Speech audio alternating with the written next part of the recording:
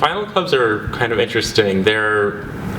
So the perception is, I think they've gotten a lot more famous or infamous, maybe after the release of the Social Network a few years ago, which really featured it prominently.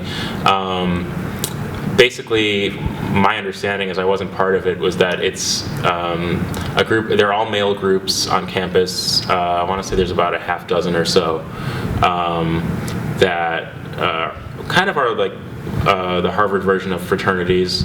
They're usually lineages will go. So, like if your father was in one, you are more likely to be in one.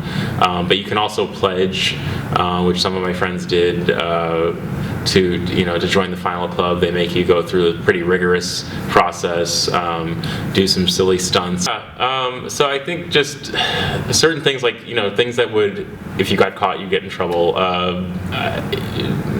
Acts of I didn't go through it myself, so it's hard to say what actually was required in any specific case. I understand it can get pretty extreme, just drinking challenges and things like that. So I think there is certainly an element of hazing involved.